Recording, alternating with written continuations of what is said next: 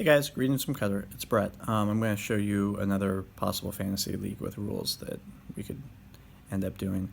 Bear with me. I'll probably say a million times during this video, but hopefully it'll make some sense and we can talk about it later. Alright, so how this league would start off is we'd have an auction draft.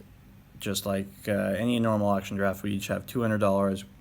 We could do it online or in person, and we'd have results, and that's when it starts to get interesting, okay? So, here are some results to an auction draft, okay? I'm going to focus in over here.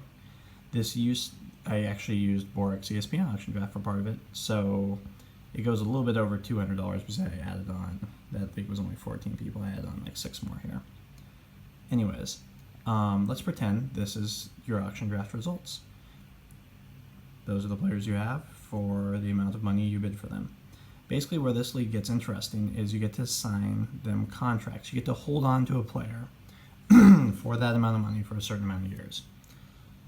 So, for instance, you have 2 contracts you can give out that are 4 years long. 4 contracts are 3 years long, and 6 contracts are 2 years long. What I did is I just kind of assigned out fake contracts like maybe you would do in this situation, where maybe you'd say, oh wow, Jokic for $11 sounds like a great deal for the next 4 years, and maybe Isaiah Thomas for $34 sounds good, but maybe Monte Ellis for $7, man, I think he's getting near the end of his career. I only want to give him a 1-year deal. Okay, so anyways, here are just some fake years I gave to some people, all right? And here is how the league gets very interesting right here. Let's say we played this league for 1 year. This is what the contracts we gave at the beginning of the year. At the end of the year, everybody who just had a 1-year deal would become a free agent. So Brook Lopez would be a free agent, and Jay Crowder and Ryan Anderson, Tyreek, everybody who has a 1 by them would become a free agent. That would be money that comes off of the $200 salary cap that I have. So just looking at it, I can say 28, 9, that's 37, 46, 49, 50, 53, $55. I'd have $55 now to spend in free agency, where everybody else who has players with a 1-year contract, they would all become free agents, okay? And I would have $55 to go spend on a little mini auction draft with just those players. So here's the next little wrinkle. Let's say we're doing the mini auction draft and I want Jay Crowder back, but somebody bid $15 for Jay Crowder, okay? The one advantage I have of having owned him, or having Jay Crowder be on my team at the end of the year, is I get the right to match what the winning bid is for him. So if DT bids $15 for Jay Crowder, I can say, oh yeah, I'll use 15 of my $55 budget to keep Jay Crowder, or I can just let him go to DT.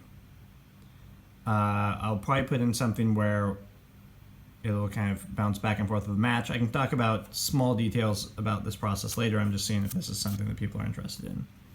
Basically, they become restricted free agents, and after a year, then everybody's contract goes down 1. Draymond Green had a 2-year deal. Well, now he's down to a 1-year.